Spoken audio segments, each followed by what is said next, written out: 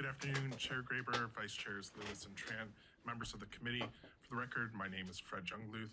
I'm the president of Oregon ASME and ASME Local 350, representing telecommunicators at Clackamas County. I've been working in the 911 industry for over 25 years. I spent almost 8 years in the field as a paramedic firefighter. I want to share my full support for House Bill 2701 with the -3 amendment, which creates a new high-risk and high-stress category within PERS for employees of the Oregon State Hospital who have direct contact with patients and 911 operators or telecommunicators who directly work with or manage emergencies or traumatic events in the regular course of their work. Recently, the Oregon legislature has designated 911 telecommunicators as first responders, but I want to explain just a few ways of how our work differs from those of other noble public safety professions. First of all, we have, in the last 40 years, we've gone from over 300 PSAPs, which is public safety answering points or dispatch centers, to just 43. So in 1980, there were 300. Now there's 43. And so that concentrates a lot more stress, having a lot less answering points.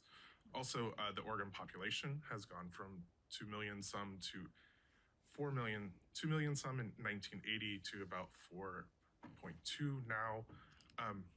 1980, there were 800 some dispatchers in the state. There are now only 954. So the raise is not, sorry, the curve of increase of dispatchers just hasn't met the population. Also, there's the explosion of technology. There's a lot more ways to contact 911 now than there were before. In 1980, it was basically only landlines, and now it's landlines are very rare, but everybody is able to carry a cell phone on them and call. Every drowning, every missing kid, every SAR operation that goes on is stuck there.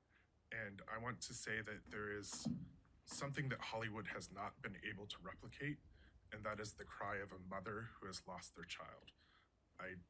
It's some primordial scream that just rips your soul. It doesn't matter if it's mom finding their infant dead in their crib, if it's mom finding a teenager overdosed on fentanyl, or mom finding their 66-year-old son passed away by a heart attack. The scream is still the same. Compounding on that stress is the dispatchers get the rawest emotion for being the first responder. It's right after discovery that the emotion that people expose us to is the rawest, and it's probably the most heightened, where other responders have a lot more prep time to paint that picture and move forward. Secondly, not very different from other agencies, as was mentioned, we have recruitment retention issues. There has not been a single day that I have worked in the last 18 years here in Oregon that I have been fully staffed. We've worked between 33 and 75% of our recommended staffing, and so that it also concentrates the stress. Finally, correct and appropriate timely retirement systems for public safety is not a new concept.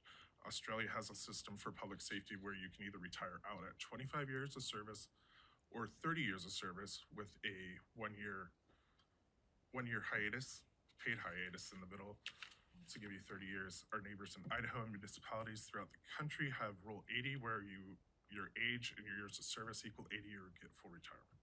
And here in Oregon, we have Tier 1 and Tier 2 already allow for a reduced benefit for dispatchers or telecommunicators. So for all those reasons and many, many more, I will appreciate your support and appreciate your time and energy here.